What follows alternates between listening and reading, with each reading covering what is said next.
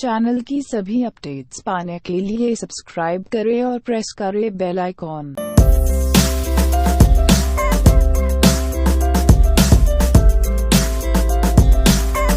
Hello दोस्तों, बहुत बहुत स्वागत है आपका हमारे यूट्यूब चैनल प्रतीक भल्ला में। दोस्तों आज हम बात करेंगे इंडियन ऑयल कॉरपोरेशन के बारे में।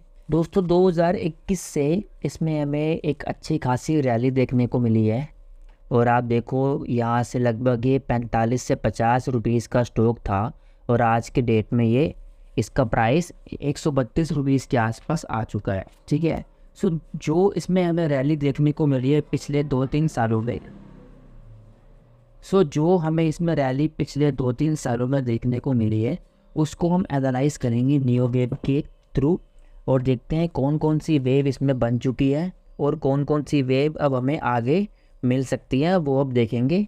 और साथ में हम किस तरीके से इसमें अब हम काम कर सकते हैं वो भी देखेंगे। और साथ में मैं आपको ये बताना चाहूँगा कि इस स्टॉक के ऊपर हमने 2020 में एक वीडियो बनाई थी जब इसका प्राइस यहाँ पे था 45 रुपीज़ के आसपास, और मैंने कहा था कि ये एक मल्टी बैगर स्टॉक आने वाले टाइम में साबित होने वाला है। तो अगर आप चाहते हो तो इसमें आप अपनी इन्वेस्टमेंट कर सकते हो और आप देख सकते हो 45 रुपीज़ से आज ये स्टॉक कहाँ पे आ चुका है। 2021 में यहाँ से इसकी रैली स्टार्ट हुई थी और वेव बनाता हुआ ये बिल्कुल अच्छे तरीके से ये ऊपर जा रहा है। ठीक है, अब हम देखते हैं नियो वेव के रूल के हिसाब से ये कौन सा पैटर्न है जिस पैटर्न में ये ऊपर जा रहा है। दोस्तों नियो वेव की अगर हम बात करें प्रॉपर,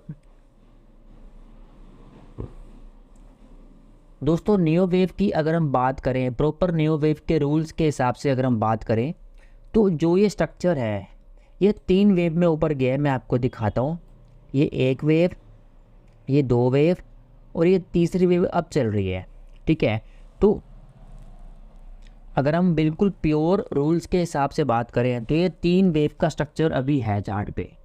ठीक है, और इन 3 वेव में से जो ये पहली वेव है मैं आपको मार्क करके दिखाता हूँ, ये वाली पहली वेव ये और तीसरी वेव ये, पहली और तीसरी वेव, इन 3 में से एक इम्पल्स का पैटर्न है, मतलब इम्पल्स का स्ट्रक्चर है उसमें।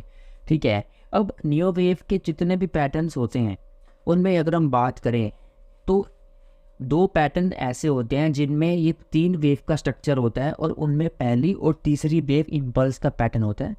वो होता है एक अपने आप में इम्पल्स का पैटर्न जिसमें 5 वेव होती है, एक तो वो, और एक दूसरा होता है जिगजैग का पैटर्न, इसमें 3 वेव होती हैं ABC, इसमें A और C दोनों इम्पल्स का पैटर्न उसमें होता है।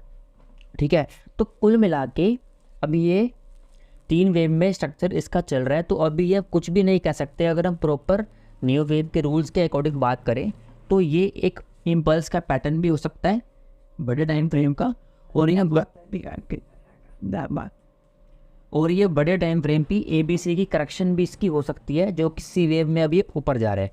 बट दोस्तों ये तो थी प्रॉपर नियो वेव के रूल्स के हिसाब से बात, बट इसका जो स्ट्रक्चर है वो इसका अगर हम स्ट्रक्चर देखें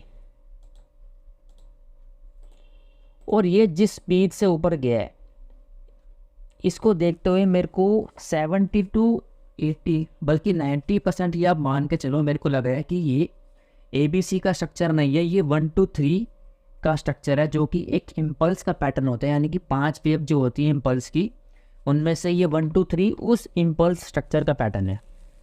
ठीक है, बाकी आगे बात करेंगे अभी इस वीडियो में कि कैसे पता लगेगा, हमें कंफर्मेशन कैसे आएगी कि ये ABC का पैटर्न नहीं है या ABC का पैटर्न है। ठीक है, तो कुल मिला के अभी हमारे पास सिर्फ 3 वेव का इसमें स्ट्रक्चर है। ठीक है, अब दोस्तों ये प्रॉपर ABC का स्ट्रक्चर है या एक बड़े टाइम फ्रेम की 5 वेव का जो इम्पल्स का पैटर्न होता है उसमें से ये 3 वेव का स्ट्रक्चर अभी बना है, वो कैसे पता लगेगा दोनों में से कौन सा स्ट्रक्चर है ये? उसके लिए आप एक कंफर्मेशन का वेट कर सकते हो। वो कंफर्मेशन कहाँ पे आएगी अब उसकी बात करते हैं। दोस्तों ये जो थर्ड वेव है इसकी ये, ठीक है, 3 वेव में से ये जो इसकी तीसरी वेव है इसको आप ध्यान से देखो। ये तीसरी वेव अपने आप में 5 वेव में ऊपर गई है, 1 2 3 4 और ये 5। ठीक है, और आप इसको, और आप जब इन पांचों वेव, ठीक है, और इनमें ये, ठीक है, और इनमें ये है फर्स्ट वेव, ये है थर्ड वेव और ये है इसकी फिफ्थ वेव। अब आप तीनों की लेंथ को काउंट करोगे, मतलब कि तीनों कितनी कितनी पॉइंट की वेव है उसको आप काउंट करोगे, तो आपको ये देखने को मिलेगा कि जो फिफ्थ वेव इसकी अब चल रही है उसकी जो लेंथ है वो सबसे बड़ी है पहली और थर्ड और फिफ्थ वेव में से। सबसे बड़ी इसमें फिफ्थ वेव है, ठीक है, मतलब कि ये जो पांचवी वेव इसकी चल रही है ये सबसे बड़ी है, फर्स्ट वेव से भी बड़ी है और थर्ड वेव से भी बड़ी है, ठीक है। सो दोस्तों इसमें क्या होता है जब सो दोस्तों अब नियो वेव का एक बहुत ही ब्यूटीफुल रूल है कि किसी भी इम्पल्स के पैटर्न में वो इम्पल्स का पैटर्न 5 वेव का होना चाहिए।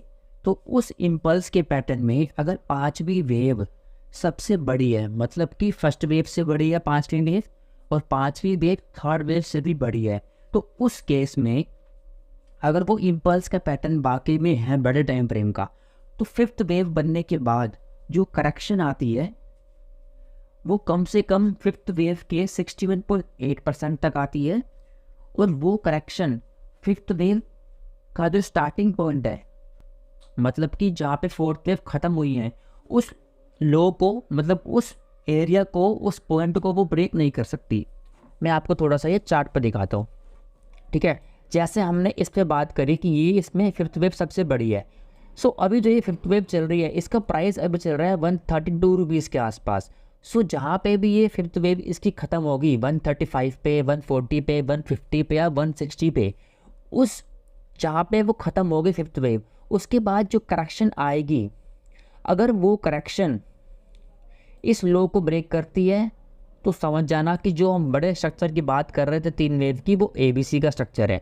बट अगर आप देखते हो कि वो इस लो को ब्रेक नहीं करती, वो सिर्फ जो ये फिफ्थ वेव है उसके सिर्फ 61.8% की रिट्रेसमेंट तक ही करेक्शन आपको देखने को मिलती है। तो फिर आप समझ जाना कि जो हमने बड़े टाइम फ्रेम की बात करी 3 वेव की, वो ABC नहीं है, वो बड़े टाइम फ्रेम का जो इम्पल्स का पैटर्न होता है 5 वेव का, उनमें से उसकी 3 वेव है 1 2 3, ठीक है। तो ये क्राइटेरिया है इसको आगे देखने का कि ये ABC का स्ट्रक्चर बन रहा है या फिर इम्पल्स पैटर्न में जो 5 वेव होती है उनमें से 3 वेव बन रही है।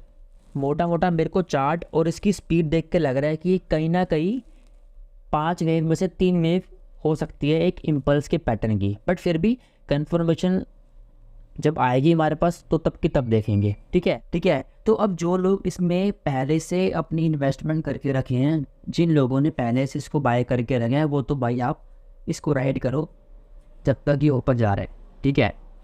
जो लोग इसमें नई एंट्री लेना चाहते हैं, मेरे हिसाब से तो थोड़ा सा वेट करना चाहिए। अगर बहुत ही आप रिस्की ट्रेडर हो तो आप ले सकते हो, बट मैं बिल्कुल भी सजेस्ट यहाँ पे आपको नहीं करूँगा क्योंकि इसका प्राइस बहुत शार्प तरीके से ऊपर गया है।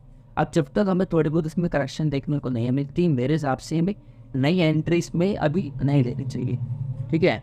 अब जैसे मैंने आपको अभी बताया कि जो 5वीं वेव इसकी चल रही है, इसके बाद एक करेक्शन आ रही है, वो करेक्शन हमने देखनी है जहाँ पे फिफ्थ वेव इसकी ख़त्म होगी 160 पे शायद ख़त्म हो गया, 150 पे ख़त्म होगी, वो देखेंगे अब। जहाँ पे भी ख़त्म होगी उसके बाद एक करेक्शन आएगी। अगर तो ये बड़े टाइम फ्रेम का इम्पल्स का पैटर्न है तो वो करेक्शन इस फिफ्थ वेव के 61.8% के लेवल के आसपास ख़त्म हो जाएगी, ठीक है। नहीं तो जो मैंने लोग आपको बताया फोर्थ वेव का वो ब्रीच होगा अगर ये बड़े टाइम फ्रेम की ABC की करेक्शन है तो, ठीक है। तो मेरे हिसाब से अभी नई एंट्री का टाइम इसमें नहीं है, ठीक है। बहुत ही अब रिस्की ट्रेडर हो तो आप ले सकते हो अपना रिस्क पे, बट जो एक सही तरीका होता है काम करने का किसी भी चार्ट पे काम करने का, वो ये होता है कि करेक्शन में आप उस पर लो, ठीक है। तो इसमें आने वाले टाइम में जब भी करेक्शन बनेगी हम दोबारा से इसको एनालाइज करेंगे और देखेंगे कि उसकी कंफर्मेशन कहाँ पे मिलती है, ठीक है। सो ये थी हमारी आज की वीडियो इंडियन ऑयल कॉरपोरेशन के ऊपर। अब अगर आप मुझसे चाहते हो कि मैं आपको किसी स्टॉक्स पे, करेंसी पे या क्रिप्टो करेंसी पे अपनी एनालिसिस दूँ, सो नीचे कमेंट बॉक्स पे आप कमेंट कर सकते हो कि भाई मुझे आपकी इन पे एनालिसिस चाहिए, मैं अगली वीडियो में उसको कवर करने की ट्राई करूँगा। सो दोस्तों मिलते हैं अगली वीडियो में, तब तक के लिए जय हिंद दोस्तों।